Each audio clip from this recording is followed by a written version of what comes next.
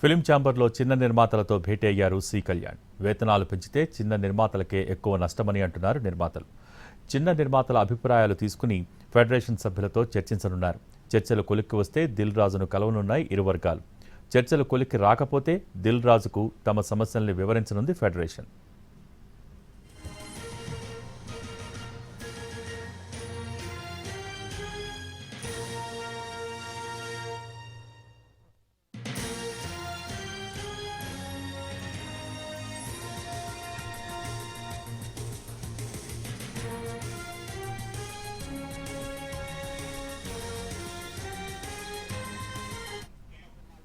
ప్రస్తుతం సి కళ్యాణ్ మీడియాతో మాట్లాడుతున్నారు. లైవ్ ద్వారా చూద్దాం. వాళ్ళు ఇనానమస్గా ఒక డెసిషన్ తీసుకొని పత్రికా ముఖంగా మీడియా ముఖంగా అందరికీ తెలియచెప్పని చెప్పారు. చిన్న నిర్మాతలు వాళ్ళ కష్టాలు వాళ్ళు పడుతూ మార్కెటింగ్ లేక థియేటర్లు ఇబ్బంది పడుతూ వాళ్ళ డబ్బులన్నీ పోగొట్టుకుంటూ ఈరోజు సంవత్సరంలో 300 సినిమాలు రిలీజులు అయితే దాంట్లో 230 నుంచి 240 సినిమాలు చిన్న సినిమాలే ప్రొడ్యూస్ అవుతున్నాయి. ఈరోజు ఈ చిన్న సినిమాల వల్లనే ఎంప్లాయీస్ చాలామంది ఈరోజు మనుగడలో ఉన్నారు.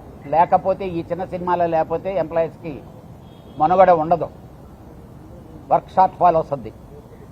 వీటన్నింటినీ దృష్టిలో పెట్టుకొని కూడా ఈరోజు ఉండే కష్టానికి నిన్నటిదాకా మేమిచ్చే వేజెస్ కంటే ఒక 25% తగ్గించమని ఈరోజు ఉండే పరిస్థితికి రిక్వెస్ట్ చేయాలి అని చెప్పి డిస్కస్ చేసి నిన్నటిదాకా తీసుకునేదానికి తగ్గించమంటే ఎలాగా అవుతారనేది ఈ క్వశ్చన్లన్నీ అయిన తర్వాత చిన్న సినిమా ఎలాంటి పరిస్థితుల్లో ఒక్క పైసా కూడా వేజెస్ ఇంక్రీజ్ చేసే పరిస్థితిలో లేదని చెప్పి తెలియచెప్పమన్నారు. అలాగే కౌన్సిల్ నుంచి ఛాంబర్ నుంచి ఫెడరేషన్కి లేబర్ కమిషన్ గారికి తెలియచెప్పమన్నారు.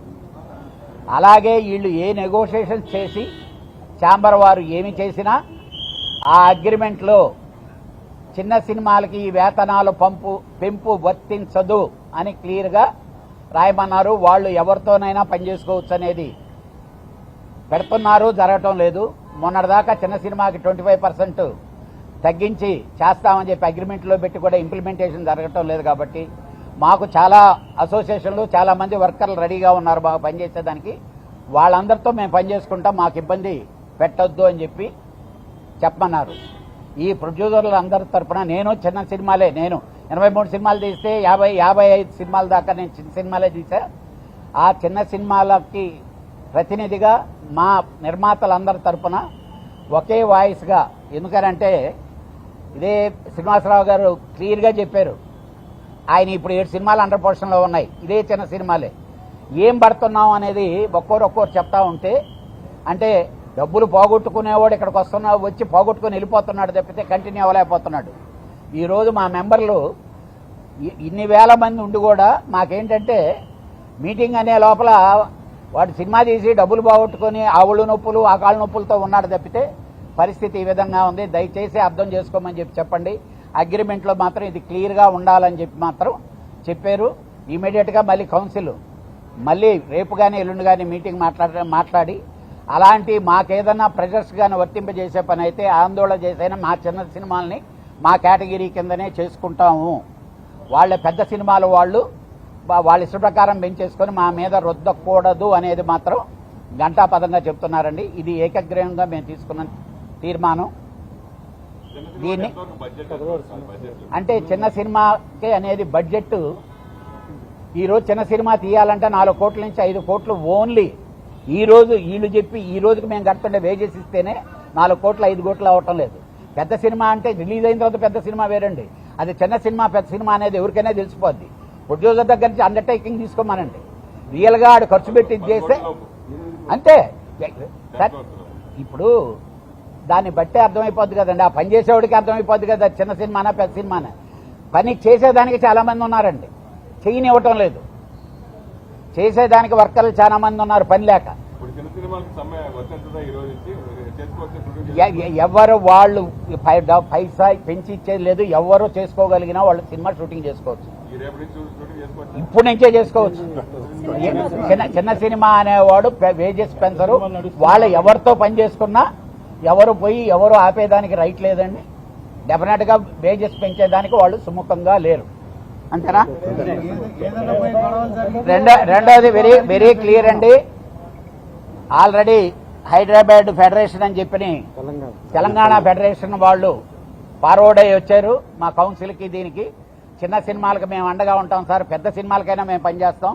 మీరు ఏ సిస్టంలో మాకు రెమ్యునరేషన్స్ ఇస్తే ఆ సిస్టమ్ పనిచేస్తామని చెప్పి వస్తున్నారు. Definitely we're going to encourage them only. Sarathi స్టూడియోలో వాళ్ళ వర్కర్ మీద దాడి చేశారండి. మా ప్రొడ్యూసర్ మీద దాడి తీస్తే తాట తీస్తాం. ఇట్ ఈస్ వెరీ క్లియర్, చేసి చూపించాం. మా ప్రొడ్యూసర్కి వాడు ఎవడైనా సఫర్ చేస్తే వాళ్ళ నాయకులు ఉంటే వాళ్ళు మాట్లాడుకోమన్నాడు. నేను కంఫర్టబుల్గా నేను సినిమా తీసుకుంటే నా సినిమాని ఆపే రైట్ ఎవరికి లేదు.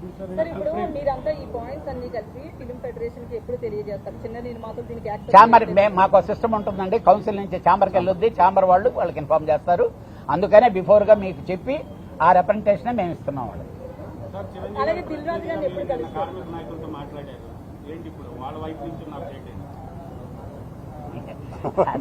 అంటే ఆయన వెలక్కాయ తీసుకొచ్చి ఒకటి సార్, చిరంజీవి గారి ప్రతినిధిగా అనేది కానే కాదు. చిరంజీవి గారి దగ్గరికి, బాలకృష్ణ గారి దగ్గరికి, అందరి హీరోల దగ్గరికి వాళ్ళతో సినిమాలు తీసే ప్రొడ్యూసర్లు అందరు వెళ్ళి అంటే వీళ్ళేమైనా తప్పు చేస్తున్నారని వాళ్ళు అనుకుంటారేమో అని చెప్పి వాళ్ళకి పోయి ప్రాబ్లంలు చెప్పుకున్నారు. సార్ ఇది సార్ పరిస్థితి జరుగుతుండేది ఇదని చెప్పుకున్నారు. డెఫినెట్గా వర్కర్లని ఇబ్బంది పెడదాం అనేది ఏ ప్రొడ్యూసరు అనుకోడండి. ఎందుకనంటే అందరూ నిద్రలేసి కలిసిమెలిసి ఇక్కడ సినిమాలు తీసుకునేది. వాళ్ళు కూడా గొంతెమ్మ కోరికలు వదలాలి, ఒక లాకింగ్ దగ్గర ఉండిపోకూడదు. డెఫినెట్గా నేను అనుకుంటున్నా, అంటే ఇది అంటే ఊహించుకుంటున్నాను, డెఫినెట్గా ఈ 2 రోజుల్లో సమస్య సానుకూలంగా పరిష్కారం అయ్యి మళ్ళీ సక్సెస్ఫుల్గా షూటింగ్లు జరుగుతాయని. చిన్న సినిమా షూటింగ్ చేసుకునే ఏ నిర్మాతకు మాత్రం ఇబ్బంది లేదు. It is very clear. ఎవరినండి? దిల్ రాజు గారికి నేను ఆల్రెడీ నిన్న మాట్లాడానండి. ఆయన మాట్లాడి కబురు పెడతా అన్నారు. అంటే ఎఫ్డీసీ అనేది ఆయన ఇక్కడ మాకు చైర్మన్ గా చేశారు, ఈ చేశారు. ఆయన కబురు పెడితే ఎప్పుడైనా వెళ్ళి మేము మాట్లాడేదానికి సిద్ధంగా ఉన్నాం. Producers council it is very clear sir. మా ప్రొడ్యూసర్స్ అక్కడ ఉంటారు.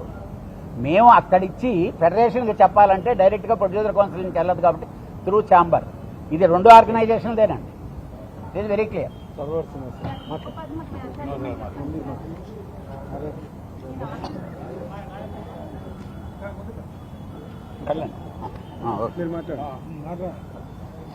అందరికి నమస్కారం. నేను ఈరోజు మీకు ముఖ్యంగా చెప్పేది ఏంటంటే, ఎవరు ఏ అఫీషియల్ న్యూస్ ఇవ్వాలన్నా